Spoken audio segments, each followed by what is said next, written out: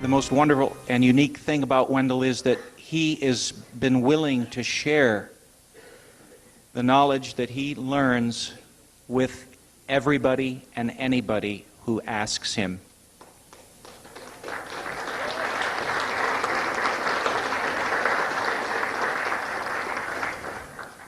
And this is so wonderful and so special and so rare.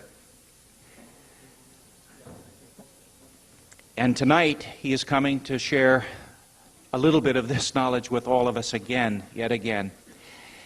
And it's a rare treat tonight because he's going to talk on a subject that, in truth, for the last, well, I don't know, 8 or 10 years anyway, it's a subject that he has been reluctant to continue talking about. He says, oh, the Meier case, the Pleiadian case, that's old news. We did that investigation, years ago. I've said everything I have to say on it.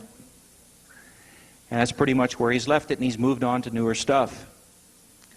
Now, there are generations of people that are now interested in the phenomena, and many of them really don't know much about the Billy Meier case. And right now I'm going to bring Colonel Wendelle Stevens up, and please give him a great round of applause. Thank you.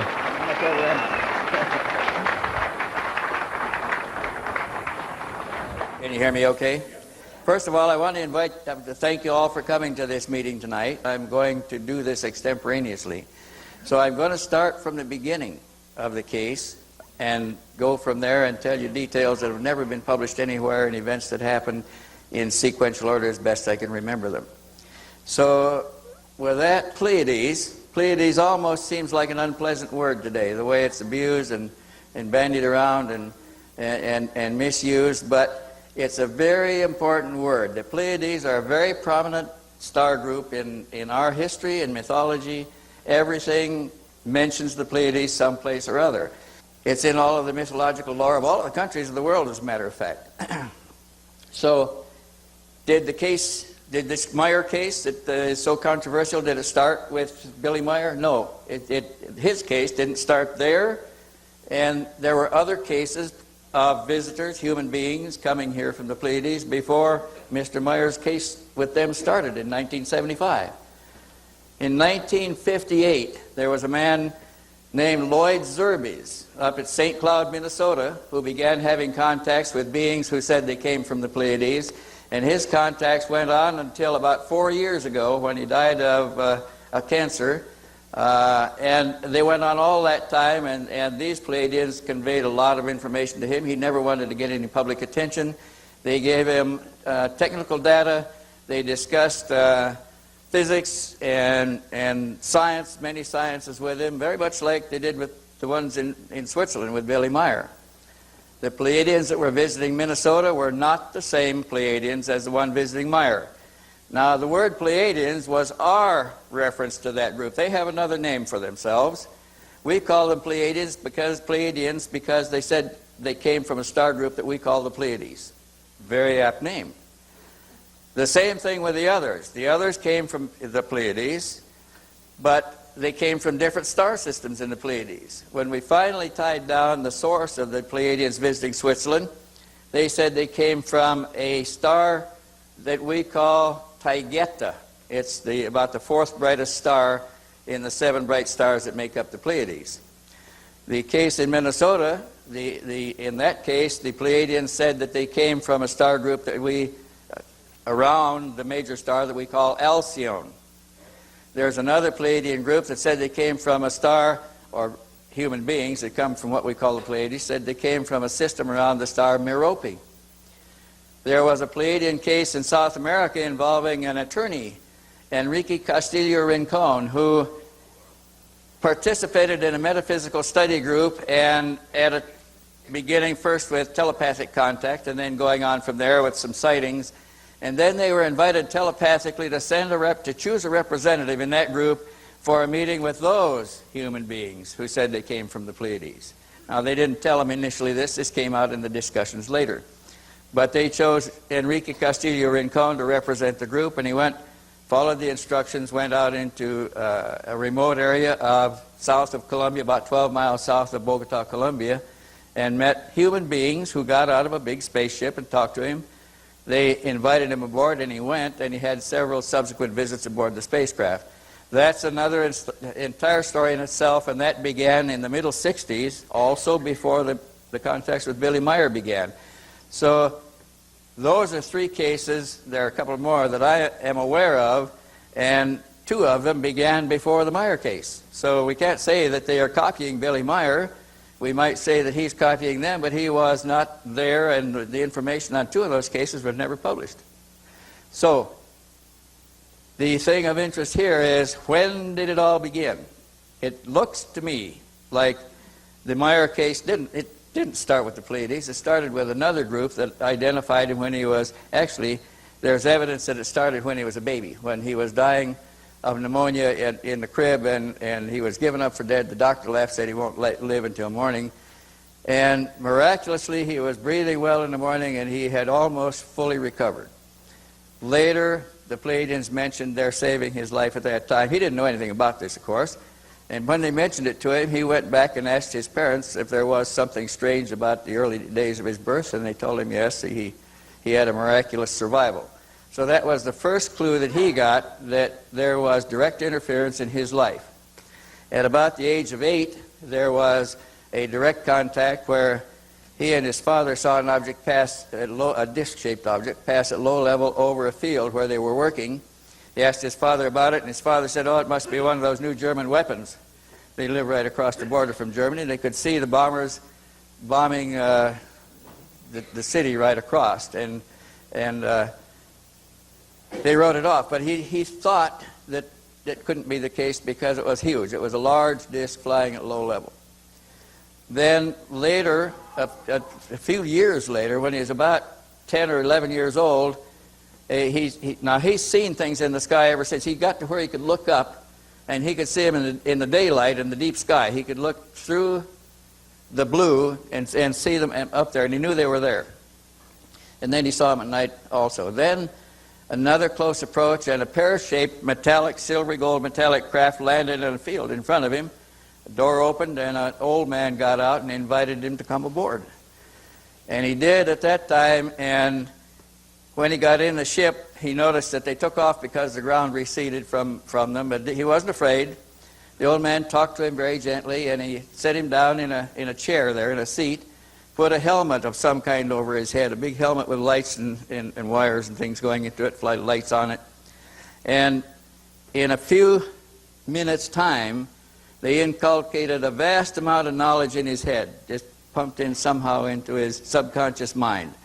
And then after that happened, triggering events would awaken realization of some of these things that he knew, but he didn't know how he knew them. So with the knowledge that was instilled in his mind, he was able to attend school, although he attended very seldom because he was the poorest, among the poorest of the boys in the school. And because he didn't have shoes and he didn't have new clothes and things for school, the more affluent boys picked on him, and they would set him up as the butt of pranks. They would pull a joke on the teacher, make it look like Meier did it, and he would frequently get punished for it. And the time came when this seemed to be a regular thing, and the boys took pride in getting it over on Meier. He began to think, well, if the teacher can't see through this, and the boys are getting away with it, then I really am superior to them because I know both. I know they're doing it, and I know the teacher doesn't understand this, and he'd take his punishment and say nothing. But because of this, he didn't go to school very often. And he got to where in his fourth year, I think he only attended school something like 26 days, and in the fifth year, 17 or something like that, and fifth grade. And they passed him out of the fifth grade to get him out of there because they regarded as a troublemaker, and he never went back to school after that.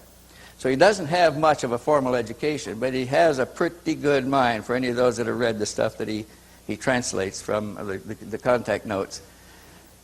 And he became, because he left school early, of course, the truant officers were looking for him too. He went to work on a farm, and he drove a tractor, he did a number of things. Because of his reputation in the school, it kind of rubbed off, and he didn't have the best reputation in the town of Bulak, where he was raised and lived. And the time came when they thought that they'd lock him up because he was the troublemaker in town, and they took him to the local mental hospital. He escaped from there the first day by using simple things in his cell, and they picked him back up again, put him back in there, and put him in an isolation cell on the second floor with a high window, and locked him in. And it only took him 2 days to figure out how to, with things available in the cell, to make a way to loosen the bars and get out through the window. And he let himself out the window and dropped 2 stories to the ground, injured his ankle, and made his way to the Rhone River, or the Rhine River that went past there. As soon as he heard them starting to search for him, they got dogs and they chased him to the river, and he jumped in and floated down the river to the French border, where he went ashore in trying to get help for an ankle that's now badly swollen. Somebody referred him to the French police, who suggested that he could get medical treatment at the Foreign Legion office. They recruited him into the French Foreign Legion, and he was assigned to Algeria for training. Now, that's the worst of the outposts in the French Foreign Legion, and it's a tough place to be, and all your old Foreign Legion stories are based on the Algerian outpost, but that's where he was. And he was there for a time. He made friends easily. He was a congenial fellow, but now he had better clothes than he had had before, and he was eating better. And he tired of it in a few months' time and decided he was going to leave. Well, the old sergeant of his troop said, "You can't leave. Nobody ever leaves here alive." And he said, "But I'm going anyway." And the old sergeant said, "Well, if you're going, let me give you a piece of advice. Get to water as soon as you can. Nobody else makes it across the desert alone." And he took another man with him, and he ended up having to carry the other man a long ways. He got a long ways from the Legion outpost. They never did catch up to him, and he was at the point of death from lack of water when he came over a hill and he found an oasis, and they survived. He joined a caravan from there and traveled with the caravan, learning their customs, learning their religion, how they thought, how they believed, and that sort of thing. So he had a very colorful beginning, and about this time, the old man that had been training him, or about shortly before this, the old man said that he visited him for the last time, and he said, "I won't see you anymore. Another teacher will take over. Another instructor will take over." And it was some months, I think, before he heard the voice of the new instructor. It was a female voice. It turned out to be a human being, again, who called herself Asket.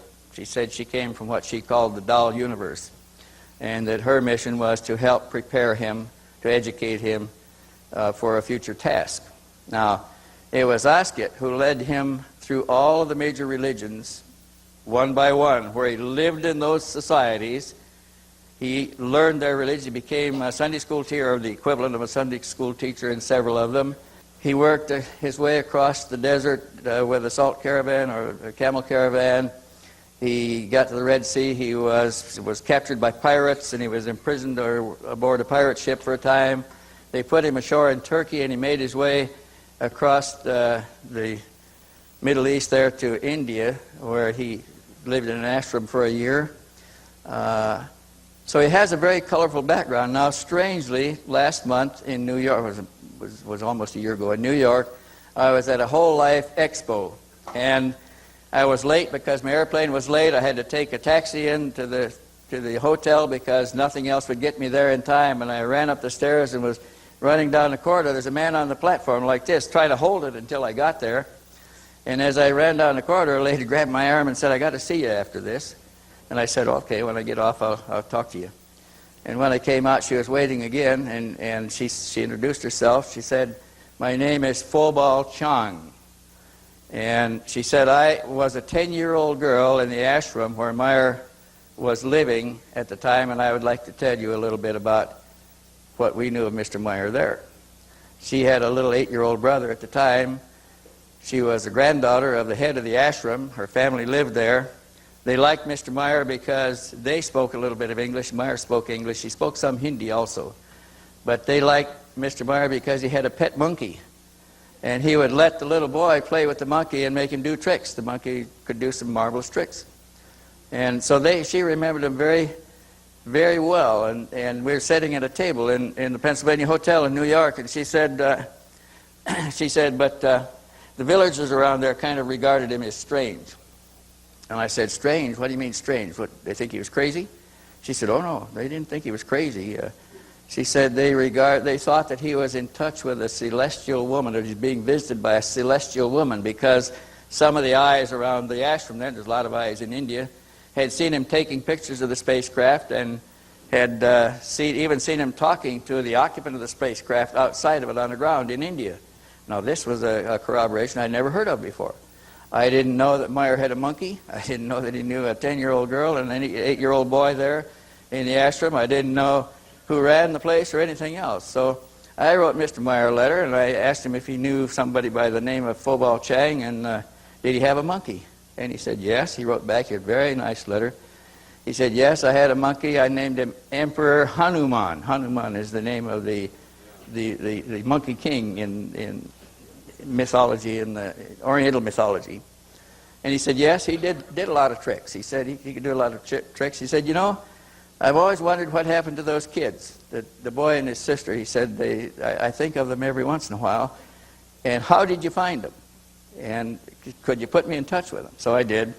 And on our way back to, the Phobal Chang now is a diplomat in the United Nations. She represents her country, Cambodia, as an international diplomat. She was going back to her country on for rebriefing additional information. And I gave her Mr. Meier's address, and she went to see him, and he welcomed her. He took her around with him for several days. When he went to the doctor, he took her along there, renewing old acquaintances. And she came back and said she had the most marvelous visit and renewing of acquaintances with the man. And she said, he is really a spiritual man. They regarded him as a spiritual man when he was in the ashram. So that was interesting, because I didn't have that information before. I didn't even know for sure that he'd been to India, except I had some photographs that were given to me by somebody else one time. That was a copy of a picture that was published on the front page of the New Delhi newspaper, and it showed 8 luminous spots in the sky over the railroad station. It was taken before a crowd of 2,000 people at the railroad station. They're waiting for a train to come in India. They get on the train, they hang on the sides, they ride on the top and everything else. And they was waiting for a train to come in, and these things gyrated all over the station there for a number of minutes, enough time for word to get to the New Delhi newspaper that there was a craft over the railroad station, unusual aircraft, and they sent a reporter to the station to do the story. He got there, people in the crowd pointed out Meier as a man with a camera that had taken the pictures, and the reporter went to Meier and asked him if he could borrow the film, and Meier gave him a roll of film. He took it back to the newspaper office, developed it, and they printed 2 pictures on the front page of the New Delhi Times and sent the pictures and negatives to Mr. Meier after that. So I asked Meier about the pictures, and he showed me other pictures that he had taken in India, about a dozen he had. And I even published some of those in the first book I had, but I didn't have a lot of information on them. So in this letter, when I asked him about the pictures and about the monkey and about the kids, he said, I took over 300 photographs in India at that time of the spacecraft flying, maneuvering above and around the ashram and the railroad station in New Delhi City. And he said, I had all those pictures. I kept contact notes. He said I had good contact notes on those contacts. There were scores of contacts with the woman who called herself Osket from the doll universe. And he carefully guarded his notes, but he sent copies of important ones out to a few friends in Europe. He also sent copies of some of the pictures. When he was coming back from India, he was unemployed all this time, so he's making his living by working at whatever he can do as he goes around the country. He was a snake catcher, he was a veterinarian, he dug graves, he begged for a living, everything you can imagine to keep body and soul together. And on his way back from the ashram now, he's carrying some baggage. He's got his contact notes, and he's got his photographs, and he's got some clothes and things that he'd accumulated there. And he accepted a job with American drug enforcement people, intelligence agents pursuing a drug running ring in Turkey. And he infiltrated the ring, the Turkish ring, and was arrested with them when they were arrested coming across the border into Jordan, was thrown into jail with the rest of the ring, punished, beaten, and they took all of his things away. And when we finally got him released, they just opened the door and told him to go and don't look back. He didn't get anything back, but he carried with him, he lost his contact notes, he lost his pictures, he lost everything in Jordan. So he doesn't have a whole lot of record of what happened in India. He only has what he was able to recover from friends in Europe that he had sent out while he was there, and that's 3 or 4 of the contact notes and about a dozen or more of the pictures. So, how did I get involved in all of this? I was collecting UFO photographs, been doing that for a long time, and probably a dozen years or more before this, and I had over 2,000 pictures in my file, photographs of UFOs. And I had been exchanging UFOs with UFO collectors, investigators all over the world, and I had a lot of contacts. One person that I was exchanging information with was Lou Zinstag in Switzerland. She was a multilingual journalist who published the first UFO journal in Europe in German in Basel, Switzerland. It was her area where this was all taking place, and shortly after Meier got back with the first pictures taken on the 28th of January 1975, they came to the attention of Lou Zinstag. She went to see him, and she found a poor farmer living as a guard on a property, a caretaker on a property that was not being occupied by the owners. And it was a very simple family, a man with a wife and 2 or 3 children they had at the time. She talked to him about the case and about the pictures that he had been taken. And her first question, she was a devout fundamentalist Christian. And one of the first questions she asked him was about, did they have Jesus Christ? And he said, no, they don't have that concept there. They don't have their creation is not personified in our image. It's not like us. So this turned her off a great deal, because this flies in the face of her basic religion, and she's an older lady, and she didn't want to give that up. So she said, well, I like the man. He's a simple man, but he doesn't have Jesus Christ. The beings may not be all that good. But he gave her about 12 of the pictures at the time.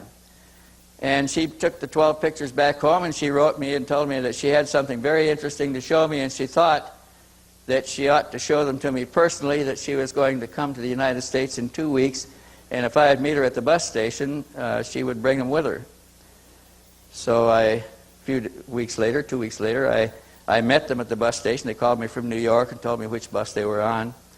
And when they arrived, it was Lou Zinstag and Timothy Good traveling together. And they were on their way. They were bringing the pictures to show me of the Meier case, 12 of them. But they were also basically here to do their own investigation of the Adamski case.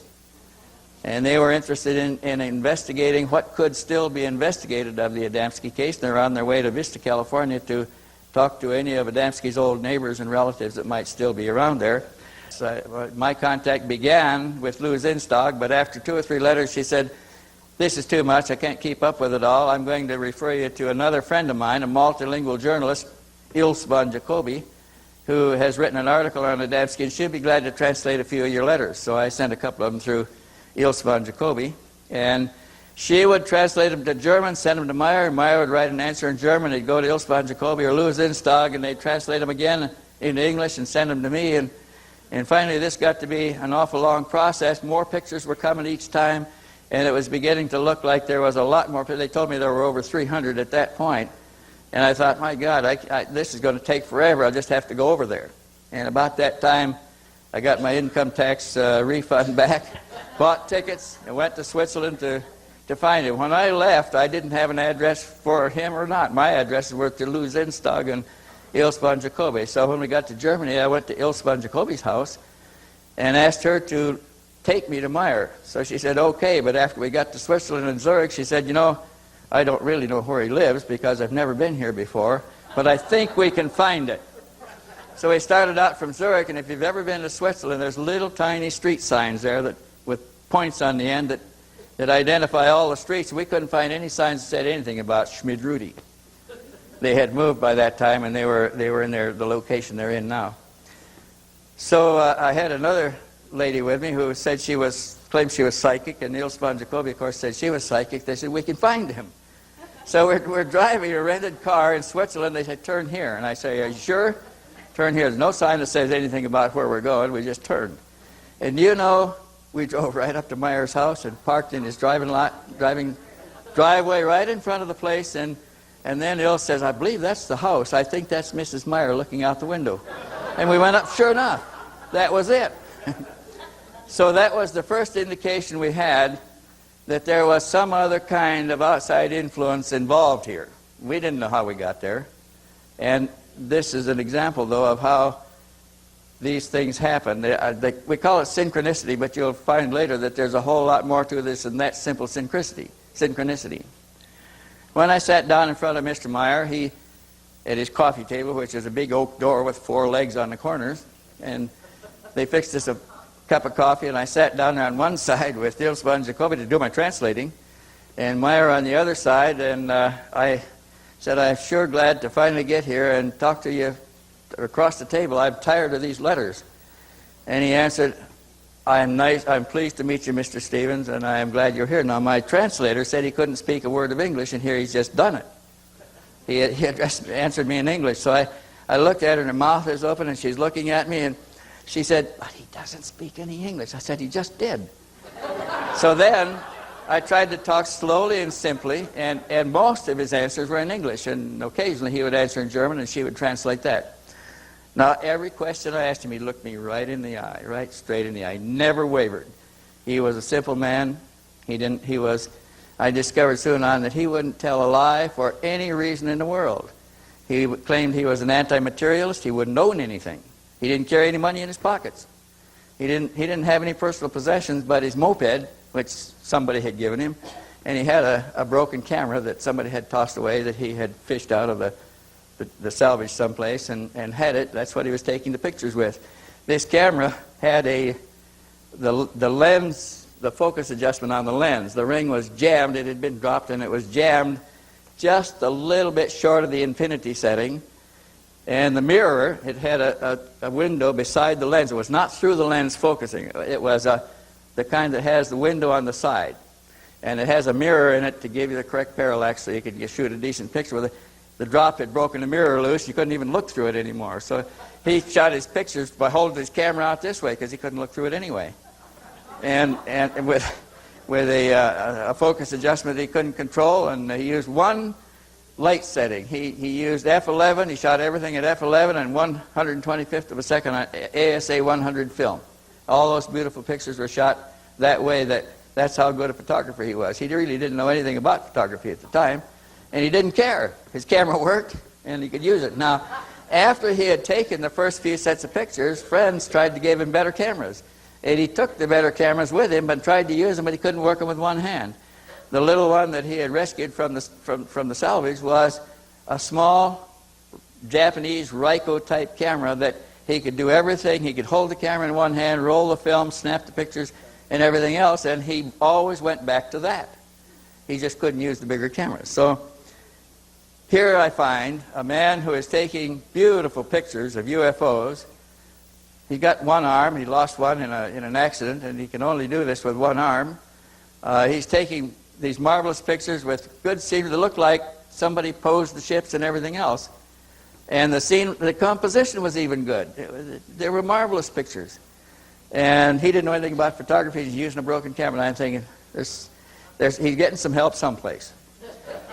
But I took the pictures. I brought them home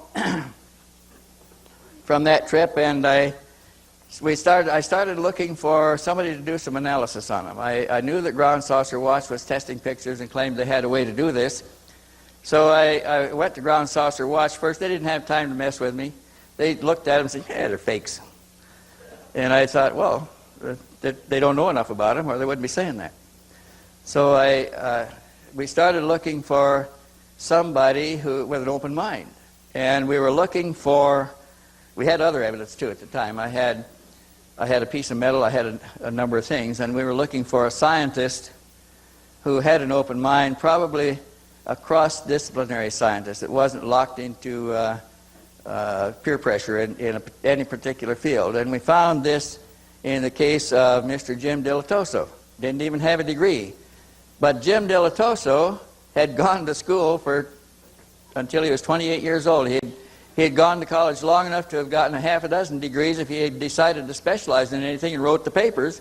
But he liked going to school. He was what we call a professional student. He liked going to school. His family could afford it. He just kept going to college, taking more subjects, more subjects, more subjects. He'd taken all the electives, and I was taking all the sciences.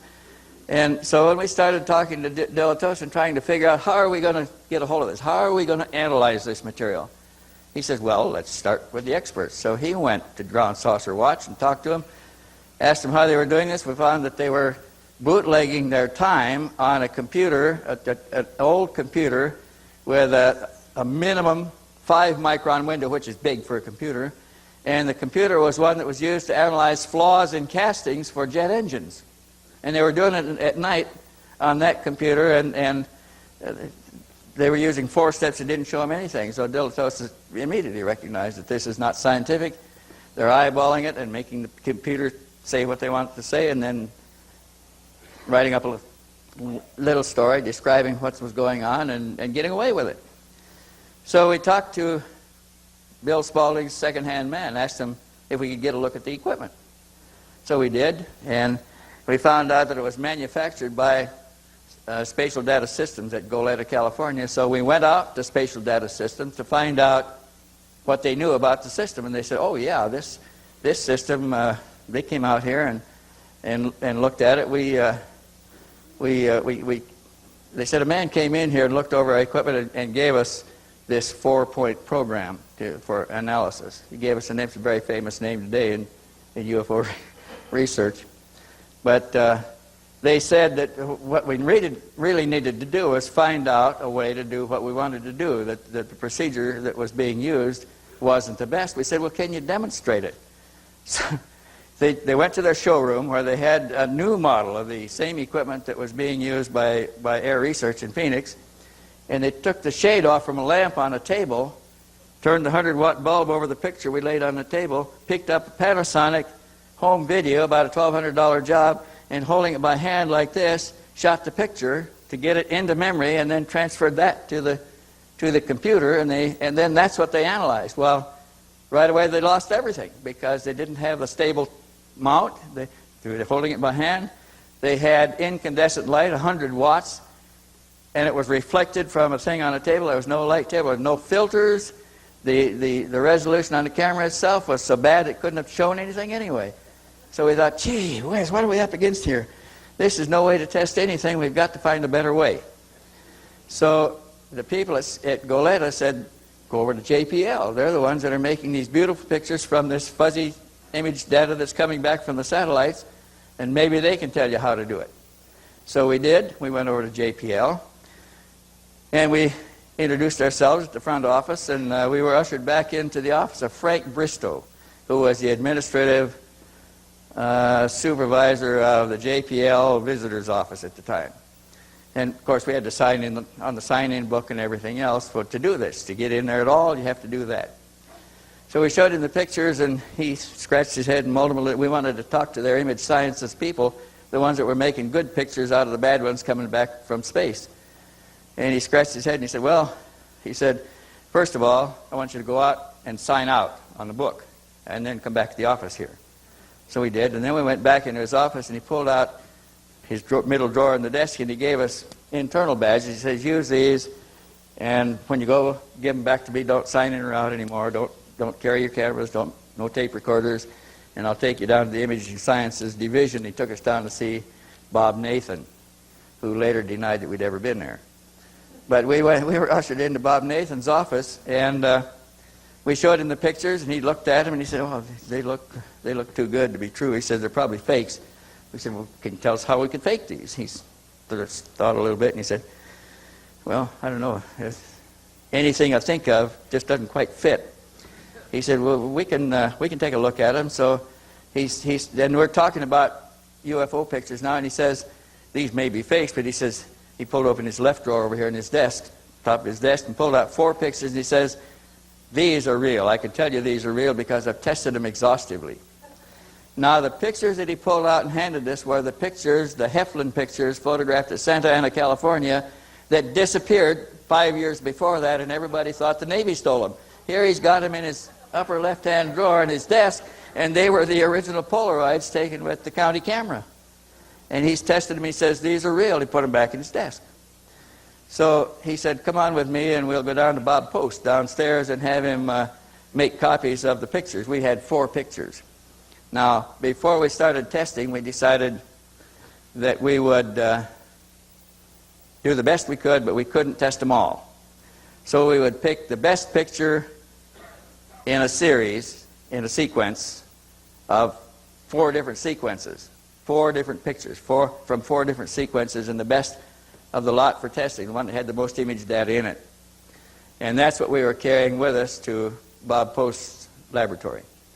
And that's what we went downstairs and rephotographed, and he made negatives and positives and everything else and gave them back to us.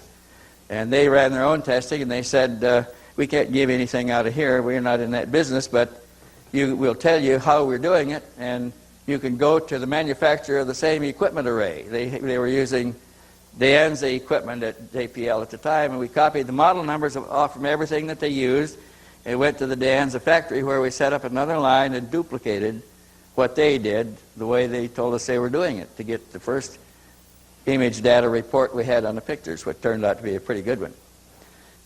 There were things that developed in this case as we were going that were unbelievable. First of all, when I got there the first time, Mr. Meier took me around to a number of the photographic sites, and we walked over them, and I could see right away that this is going to be difficult to suspend models in. You can't throw them in, you can't shoot them in, you can't... The terrain would slope down steeply like that for 1,000 feet. And the pictures were taken of the object out over the valley. The other side of the valley comes up 5 miles away. So there's no way they could be suspended. And I called Lee and Tom, who had from Intercept. They were friends of mine in Phoenix with a little intelligence business, and they were performing debugging, electronic debugging of telephone systems and bank computer systems. And they were doing a job in London for some London banks, and they were there at the time. And I called him and said, you got to come over here and see what I'm seeing. This guy couldn't have faked these. And up to this point, I thought there may have been a way to do it. And I said, there's no way that can be done. So they came over the next day, and we walked over the sites again, drove over them. And looking at them once more, they said, well, this is going to take some sophisticated equipment, but we can work it out. We'll rent laser surveying instruments so we can measure distances across valleys. And we'll take pictures, we'll try to duplicate it, we'll make models and suspend them into the scene and all these things. And we went to a number of sites, and they came away. They said, we don't do this business, but this is interesting, because if he's faking it, he's got a new technique, and we're going to find out about it. Now, these men were licensed private investigators in the state of Arizona. They also had international licenses, which they were using in London, already had business in Zurich. And so we did. We rented laser surveying instruments to shoot distances across valleys. We could measure distance, we could measure levels, we could measure elevations, we could measure a lot of things. And we brought the data back to Jim Del Toso, and using the geometry of the lens and the distances that we measured, we could calculate the approximate size of the craft very easily. From the photographs, with other techniques, we could tell whether they were moving or not, which direction they were moving. So now we were building a database that was very interesting and becoming quite exciting. So now I've had them over there, and this is my second trip. And we came back from there, and they agreed, although this was not the business of Intercept, and they shouldn't get involved in anything as kooky as this, if we could keep it low level, that they would help me conduct the investigation. And once they agreed to do this over the telephone, things began to change. We began to be followed every place we went. Our telephones were tapped. And at first, this was very disturbing because they didn't know why it was being done. Why would, if our government denies the existence of UFOs, why are they tapping our phones and following us around? I was followed so often, I knew which cars were the cars that were doing the following. I could recognize them, and they would stay, they'd keep at least one car between me and them all over town and wherever we went, any place. So when we were going to have a meeting to discuss something, Lee would call me at home and he'd say, go to a public telephone and call me back at such and such a number in 5 minutes. If you don't make it in 5 minutes, go back home, wait for another call. I'd go do that, call him from the grocery store in front of the Circle K or whatever I could, and he'd say, meet me at the usual place. By the time I got halfway across town, my green Cadillac, or Lincoln, it was a green Lincoln sedan, would be behind me. It was driven by a man who once ran for county attorney in the city of Tucson. He was always there. He's an elderly man, wore a nice business suit, gray hair, but I couldn't shake the guy. And they had relays too. They could pass it off. So I'm telling Lee, why are they doing this? If there's nothing to us, why is this going on? And so we used to meet at Picacho. It's a landmark between Tucson and Phoenix where we could go up the side of a hill and see everything below us coming from every direction. And we found that later they had even bugged the site where we're meeting. We gave too much away. So now a time came when we're going back for the second trip, and we've talked about it a couple of times on the phone, and then we went to these strange secrecy techniques like kids, you know, trying to get away with something, and we decided that they decided they would join me in the investigation, which now is going to be a deviation from their pattern. And a few days after that, about 10 days after that, Lee got a letter in the mail from the Knights, with the return address on the corner said the Knights Templars of Malta, and it came from London. It was an airmail letter.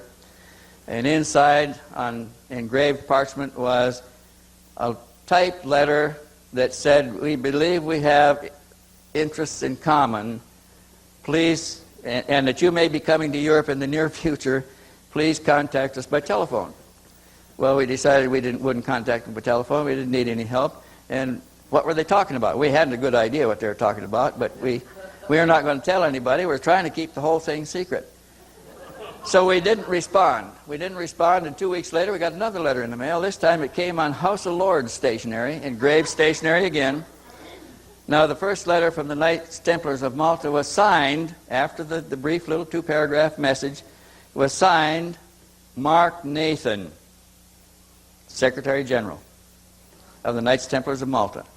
We reject that. We don't do anything about it. The next one that came on House of Lords stationery, and it's a letter inside the same way, and this one was another invitation says, you didn't respond to our last letter. We still are interested in a communication. Please contact us as soon as you get to London.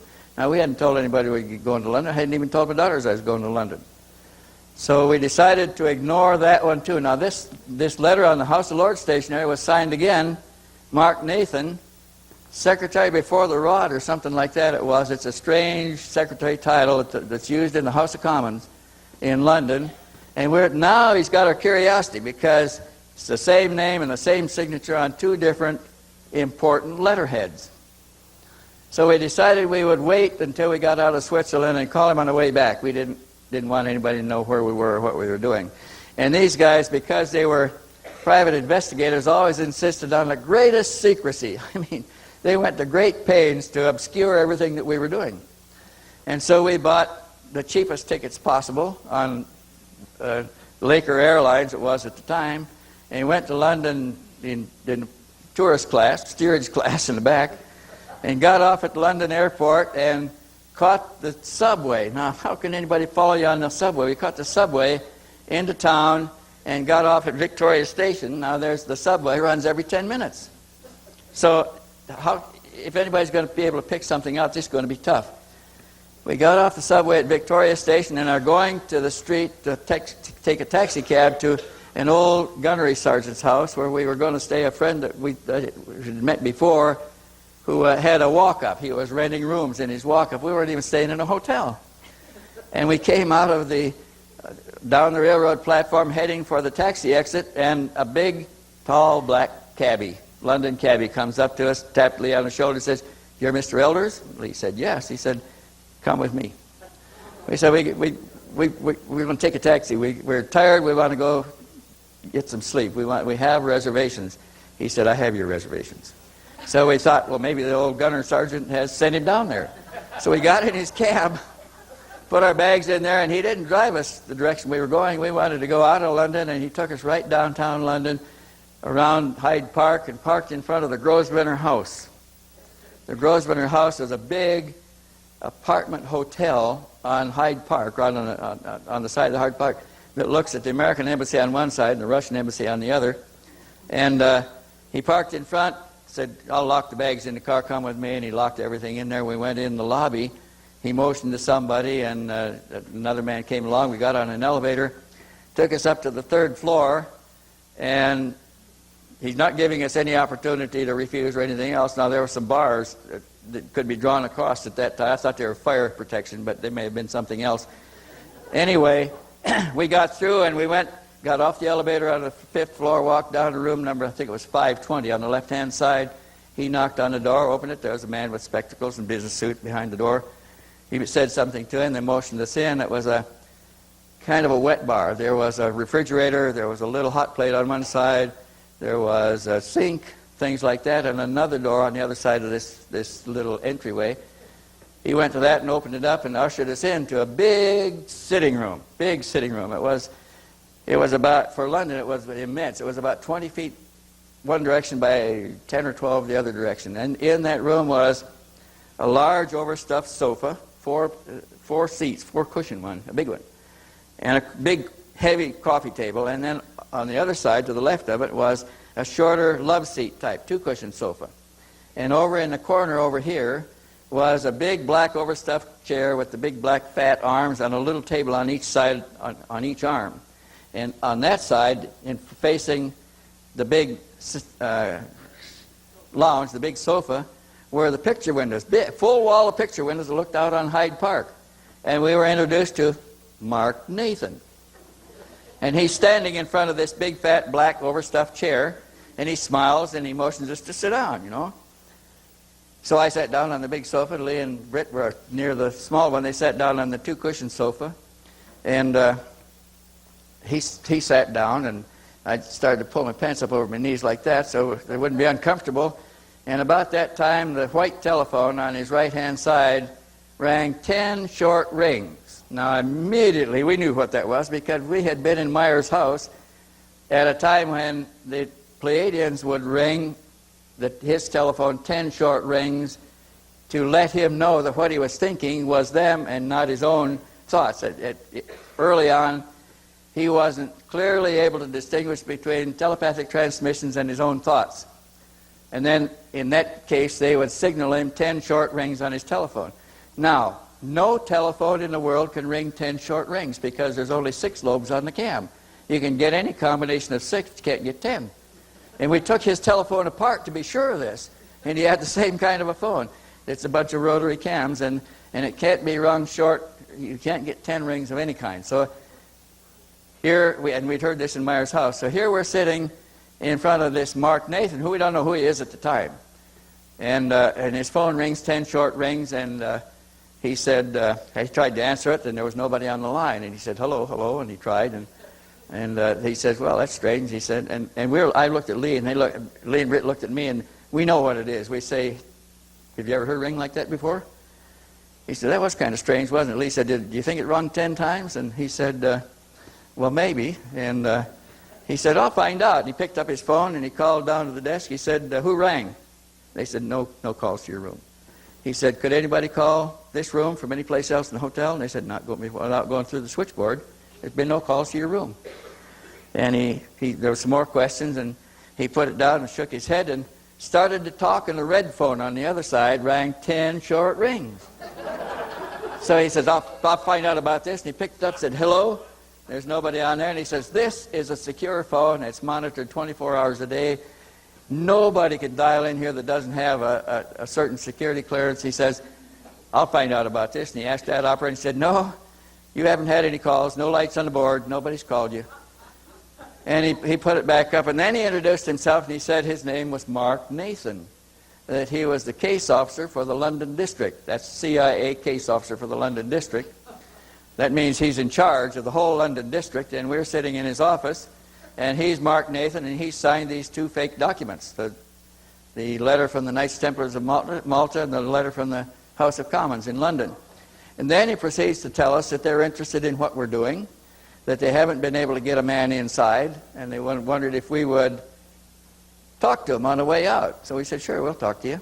And he wished us well and sent us on our way. They told us what they knew about the case, and we probably talked to him no more than 10 minutes, and he sent us downstairs. He sent us to our residence in a big limousine, which probably surprised all the neighbors because the gunnery sergeant lived in a very poor neighborhood of London.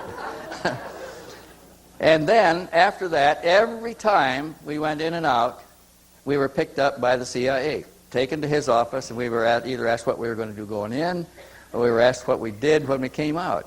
And if we were carrying pictures or anything, they asked to see them, and when we handed them to them, they'd take them out, and they'd bring them back 15 or 20 minutes later. We'd talk about various things, and we finally had been through his office so many times, we were getting to be on a first-name basis.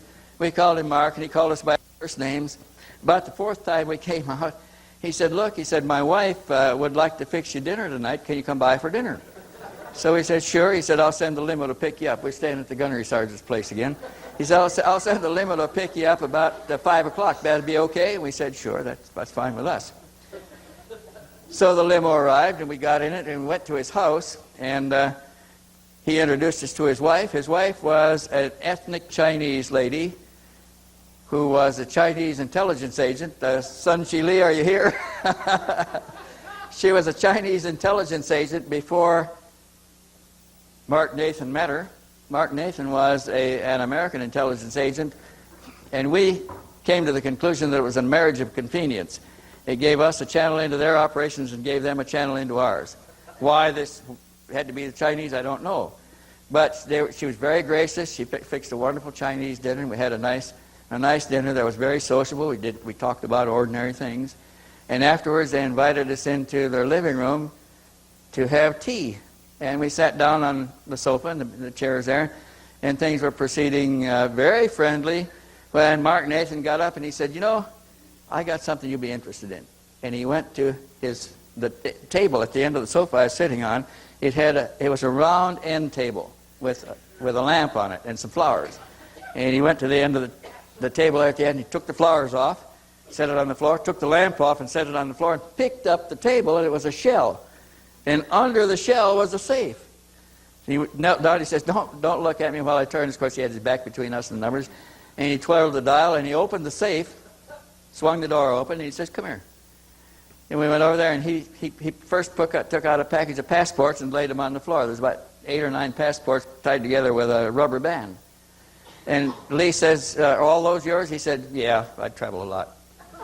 So Lee says, well, what countries are they? And he handed them to him. Lee took the rubber band off. There was India. He had a passport from India with his picture and signature, passport from Canada with his picture and signature, passport from a Scandinavian country, an American passport, a diplomatic passport, a security passport from, he had 8 of them, and his name and signature in them all. And Lee says, well, you must do a lot of traveling. He said, I really need them once in a while. And but he was setting things out, and he got down to a paper bag, a grocery bag, about that size. And he took it out, and he said, this is what I'm looking for. And in the course of getting to the bag, he moved 8.5 by 11 mimeograph booklet that was about 3/4 of an inch thick, had a blue cover, had a red stripe down from the upper right-hand corner to the lower left-hand corner. He took it out and laid it on the floor, and then he put some other things on it, and he handed the bag to Lee, and what was in the bag was miniature pickups. There were pickups in there so small that you could take the eraser out of a lead pencil, put the pickup under the eraser, push it back in place. There was a little wire that stuck up along the side. He said, this can transmit as much as 500 feet. But he had things that you could put them in a lot of other things too. And Lee said, boy, that is remarkable. Technology says this is the latest state of the art. So then he showed us a couple other things he showed that he had in there. And then he started putting everything back in, and he put the blue book with the red tape on it. in there, and he put the passports on the top and closed the door and twirled the dial and put the shell back over again and the plants back on and the lamp. And we went on talking.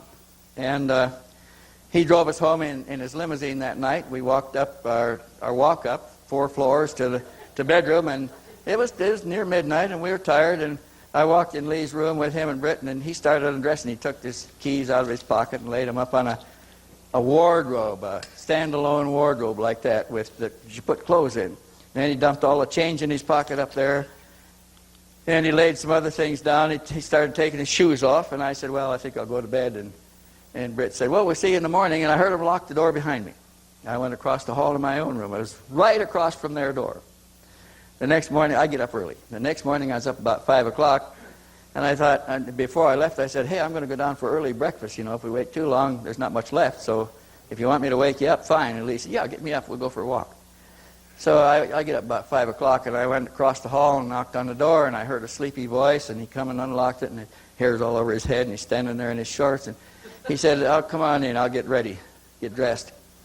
So we went in, and I sat down in a little chair beside the sink there, and he went over and got his shirt and put it on, pulled his pants on, and then reached over to get his change and his keys off the wardrobe, and they're not on the metal that he laid them on the night before. They're on top of a 8.5 by 11 blue book, about 3/4 of an inch thick, with a blue cover and a red tape running from the upper right hand to the lower left hand corner across it.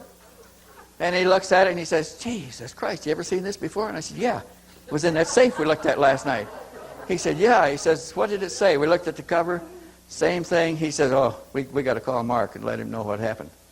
Now we woke Britt up and says, how did this get here? And she says, I don't know, I didn't bring anything back last night. Do you bring anything back? No, we didn't bring anything back.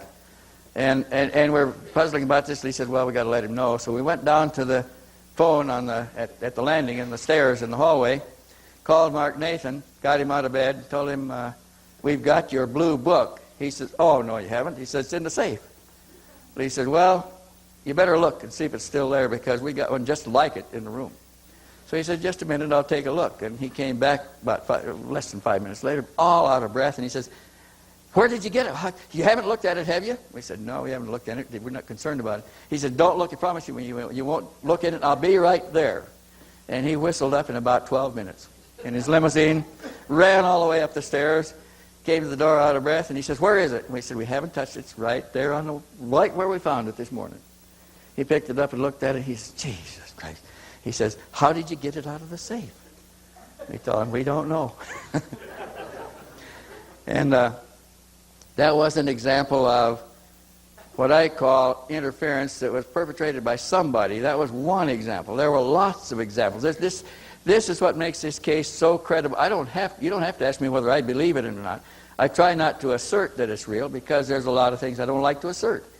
But there are things like this all through the case that make it highly credible to me. The ringing of the telephones, the things coming out of locked safes. We were coming out of there one time with some pictures, 300 pictures that I had bought from Mr. He always insisted on giving them to me, and I didn't want them free, and I'd pay him for the cost of reproducing them. And we're coming out with those, and when we got to the railroad station and got on the train, now we didn't have tickets or passports or anything. I mean, we had passports. We didn't have advanced reservations or anything. We got on a train and rode to the French border, and when you change trains in Switzerland when you go into France, by the time we got to the French border and changed trains and got on a car, there was nobody else on the car. There was a French officer sitting on one end, a police officer, and we got on the car, and we thought he was just monitoring traffic coming in. When the train pulled out, nobody else got on the car. We walked down to the other end. There's another police officer sitting on the other end of the car. And we asked him if there's anything about the car, and he, no. And we rode all the way across France, just 3 people in that whole darn train car with a French officer on each end, all the way to the port, where we got off to go take the boat train across. Why that was, I'll never know. I've never been on a European train with nobody else on the car but me. And the only thing that was different is we had 300 pictures with us. And the officers never said anything. I don't think they even knew why they were there. And maybe they weren't there for that reason, but it was really peculiar. Another time when we were carrying pictures, we got off in a crowd of people, and you know, Michael, when you get off and you get in a crowd, you get in a long line to go through customs, right? So we got a lot of always carried a lot of stuff. So it takes us longer to get there, and the whole line is ahead of us. And we're way back down the line and thinking we'll never get a seat on the ferry boat because we're too far back. All the seats will be gone. Well, we're standing there talking. Lee gets tapped on the shoulder. It's a French customs officer. Tapped him on the shoulder and says, motion for us to come with him. And we went past all the people in the line. He opened another station to the left that was unmanned. Motioned for us through, checked our passports, stamped them, motioned us on. We got through it. He closed the station and went and left. Now, why that happened, I'll never know. When we got down on the starting platform, we were supposed to catch a certain train and car, we thought, and we asked the starting, there's a policeman there, where it was, should have been on this track, and just on that track over there, number 14. So we said, but it's over here. No, on that track over there. But there's our train over there. So we followed him and went over there, and the train pulled out. And we got to our destination okay, but we were on a different train entirely. Well, that time we had some intelligence agents following us that somebody didn't want following us, and they got on the right train, and we're on the wrong train. And the intelligence agents that thought they were on a car we were on got into a fight on a railroad platform in Amsterdam, were arrested and thrown in jail. And when we got to London and we're taking to Mark off Nathan's office, he says, what the hell do you do? Who ever taught you to sanitize a trail like that? We said, what do you mean sanitize a trail? He says, how do you give my men the slip? They're the best in the business. We said, we didn't know we gave anybody the slip. He said, 2 men over in jail over there. He had to send 2 more men to get them out, take them more passports and get them out. Now, why that kind of interference? I mean, why is that happening over a case that is ridiculous? It's a UFO case. The government says they don't exist. And somebody's spending an awful lot of money. They're spending as much money to follow us as we're spending to get there. And this just went on and on all the way through the case. How long have we been going here? Oh, my God. You want a break? You want to stand up and stretch a minute? Okay, let's take about a 5-minute break and just stretch. If you have to go to the bathroom, do so.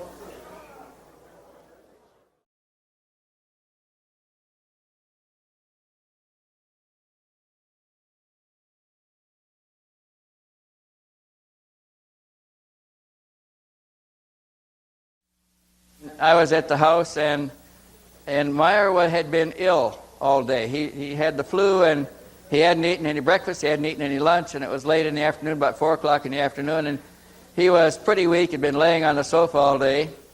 And I was standing in front of the television set watching a news program when I heard him make a little noise, and I looked around and he motioned for me to come over to him. So I went over there. There was a glass of water on the table. He was too weak to even pick the glass of water up at the time. And I bent down to see what he wanted, and he whispered, "Get Elsie." So I went to get Elsie, and she listened to him, and she went and got his wife, and between the two of them, they got him up off the sofa, walked in between them into the bedroom and disappeared. And then they came out. One was carrying boots and a boot shining kit, and another one brought a shirt out and set up an ironing board and started ironing the shirt.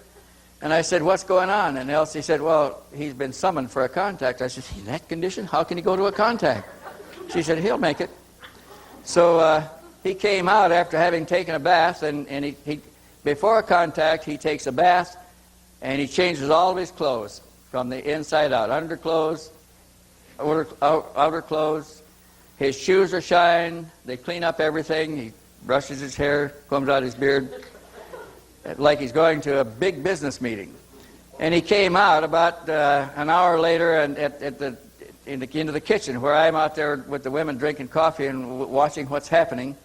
And they brought out his pistol and his walkie-talkie. His pistol, mind you, is a 44, an old Western 44. It's the heaviest gun in the world. It's got a bore on it like that, and it weighs a lot. I can hardly lift the thing.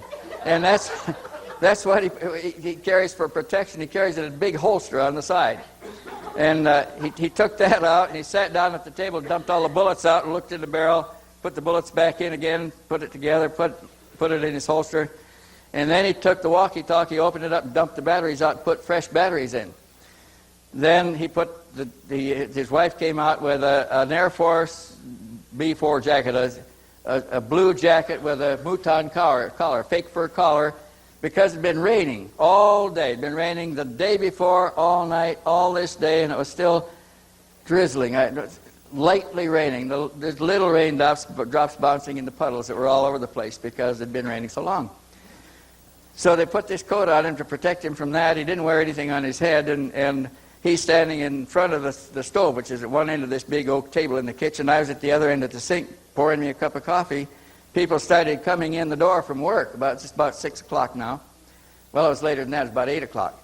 And they were coming in the door from work, and they see him already. They know where he's going. They just look at him and ask a couple of questions and go on about their way. The things. A few stood there waiting to see when he was going to leave, but he's all prepared, but he hasn't got the final signal of where he's going and when. And finally, I'm just pouring a cup of coffee when he raised his little hand and kind of a wave to them, a salute, and started out the door. He finally got the word. So I set my coffee cup down and I raced around the table and out the side door. I want to see him go. I missed everything else. I'm going to see it this time. And as I passed the stove, the clock was right over the stove. It said 8:25. I remember that. And when I got to the door, the big dog that was chained on a chain could run right out just close enough to scare the hell out of you, but he couldn't bite you because he was restrained. And I jerked the door open. The dog just missed me, and I went out the door and into a lean-to. It was a lean-to like this that ran about 15 feet to a door that went outside. And I got out into the lean-to to see the door and the end of it closing on his heels. And I ran to the door and jerked it open like that, because I'm not going to let him out of my sight. And when I jerked it open, there's 1, 2, 3 footsteps in the mud out there. The ground was soft enough, the mud squished out of the footprints like that. And water was bouncing in, the little drops were bouncing in the puddles all around. Water was starting to run in the first footprint. And there was no fourth footprint. And it was quiet. It was silent. There was no noise out there. There was no light, no beacons, no sound of any kind, and he's gone. And I thought, he couldn't have. How could he could he back up? No, he'd back into me. Did he run around the house? Couldn't run around the house. I even ran around the house to see if he could have. And all I left was slippery, muddy prints out there. And I got all wet waiting for him to come back. And I missed him going, so I want to see when he returns. And I got all wet. I went in, changed clothes, and I put on a raincoat, and I went back out. Was standing outside when there was a telephone call ring in the house, and somebody answered it upstairs and then raised the window and said, it's Billy, he's down, he's over at Elg, and he wants you to come with his wife and Jacobus to pick him up. So we got in the car and splashed through puddles, and the rain was pouring down in some places and just drizzling in others. There was a lot of mud and slipping around on those mountain roads. We went all the way around the mountain, about 18 miles to Elg to pick him up. And when we got there, we found him standing under that little eave. It's only about 3 boards wide, over 3 steps that goes into the side of a guest house. And he's standing under the eave, and he doesn't have any mud on his shoes. He's not wet. His hair's not wet. Dry as could be, and he'd been out in a storm for some 45 minutes. It was, when the call came in, it was about 20 after 9, and he went out at 8:25. So he got in the car, and he's obviously dry, and I said, can you tell us anything about what happened? He said, oh, I don't want to talk about it, Mr. Stevens. Now I have to back up a minute because I forgot one thing. When I came in, when I was all wet, and came in the house and changed clothes, and I came downstairs, the Germans are all bunched up in front of their television set there watching something on the screen. So I went in to take a look. And on the screen was black with white letters on it. Said, it's just a big cross, and it said in German, the Pope has passed. The Pope has died. And I said, how did he die? And they said, haven't made any announcement yet, just the music and the sign. The program stopped, the sign, the music, that's all. No announcement. So I thought, well, hell, I don't need to watch this. I want to go out and see the big thing. I want to see him come back.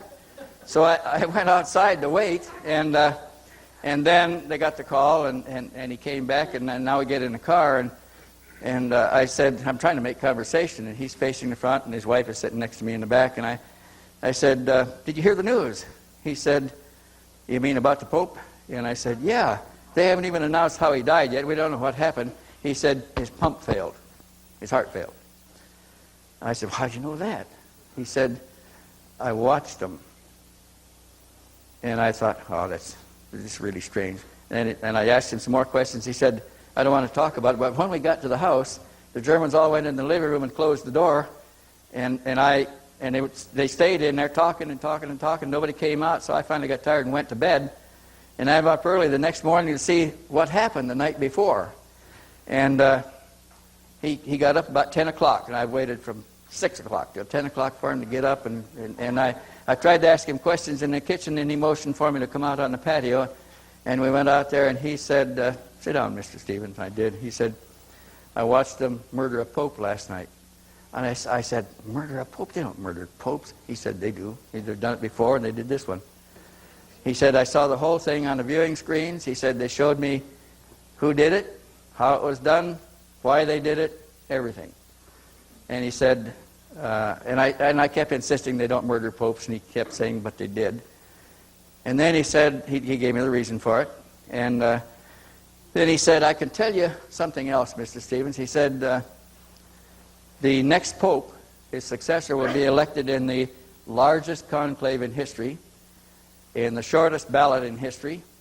He'll be elected on the third ballot. He'll be the 33rd pope, reign 33 days, die by the same hand. And I thought, Jesus, now I got something I can really test. So I made very careful notes when I got back to my room. I wrote down exactly what he said, and I brought it home with me. And I showed it to other people, and you know what happened? That next pope was elected on the biggest conclave in history because they had more cardinals than they've ever had. He was elected on the third ballot. The only pope was ever elected on the third ballot. He was not the 33rd pope the way we count popes, so that was wrong, but he died on the 33rd day by a heart failure. The same, in the Catholic dictionary, they have the same description for his heart failure. It's a heart spasm. It's a cramp in the heart. And Meier is telling me on the patio out there that they used a poison that causes the heart to cramp, goes into a cramp. And it only lasts, it evaporates out of the body in the temperature of the blood, the heat of the blood, and is gone in about 10 minutes, but it's long enough for it to kill the body. And no autopsy will detect it. They just die of a cramp in the heart. A heart seizure is what they call it. So exactly that happened. I waited 33 days. 3 days, they elected the next pope, and 30 days later, he died the same way. So that was one thing that I could test, and there's a lot of things like that. Now, I don't want to take all the time here. I've already gone too far with my time. I would kind of block this out because Michael Hessman, sitting down here, has been to Switzerland. He's met and knows all the principals. Billy's an old friend of his now, many of the other people there. And I'm going to ask Michael to come up and tell you a little bit about how he got into the case and what he thinks of it.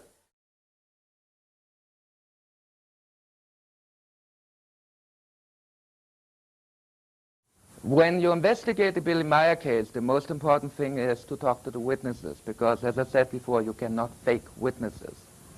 What we have here now is a situation of 50 eyewitnesses.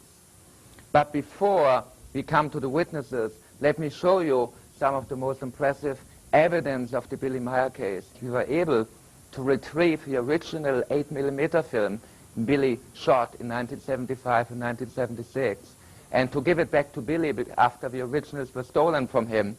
So these films are under circulation.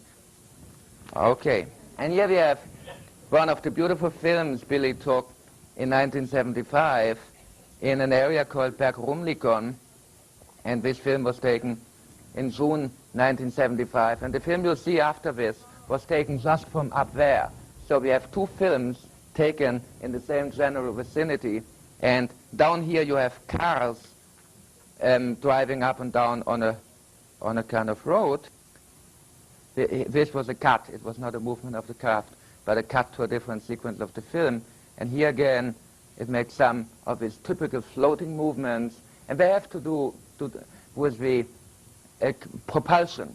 They are riding on the gravitational waves of planet Earth, and to be in a hovering position always means a floating position, like a ship on the waves of an ocean is floating. So here we have the ship closer. Again, note the floating movement. Very interesting. And here Billy zooms in. It is not the ship coming closer, but Billy zooming, because you see the cloud also gets closer. So Billy is zooming in and out, but you get more details. And keep in mind, he does everything with one arm. This is another beautiful film taken in March of 1976, actually on March 29th, and at an Hasenbol area. And here you have the ship partially disappearing behind the hill. It is definitely beyond the hill. We analyzed it very carefully. And it sometimes disappears behind the hill and comes up again. So now it's moving up. Very slowly and deliberately. I mean, they can shoot away as we saw before, but deliberately, very slowly, so Billy has more possibility to film. These are mountains in the background, snow-covered mountains.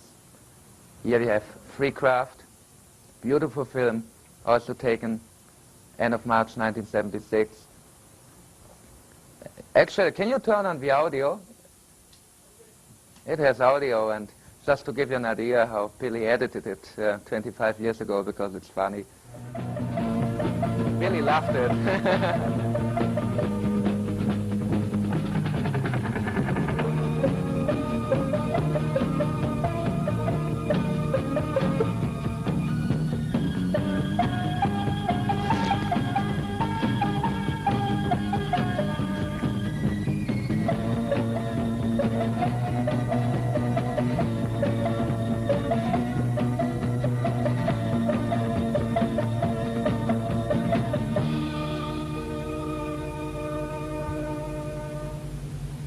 This is still Billy Meier on the 29th, in this case, 29th of March 1976. Auf einer weiteren Filmaufnahme vom 28. 28, okay. Wendelle got it wrong in his book. I copied this from your book. Jedoch bereits in den Abendstunden kurz vor Sonnenuntergang. In the evening hours just before sunset. Bei diesem Filmteil können Sie einige wenige Einzelheiten des Schiffes And you erkennen. see some details of the ship. I translate what Billy says. Langsame sich Drehen des Schiffes während Like a dem slight sowie rotating aber auch movement, das rotational zeitweilige movement, Aufleuchten and you von have these Lichtern objects am here. Schiff selbst. And you see the slight rotation. Here we have enlargements from the Billy Meier films. We enlarge them so you see more details. And this is again the film we saw before from June 1975 from the Berg-Rumlikon area. And you can study the movements and you can study how it is shooting away, and there was no cut. I show you quickly where Billy is living. This is Hinterschmied-Rüti.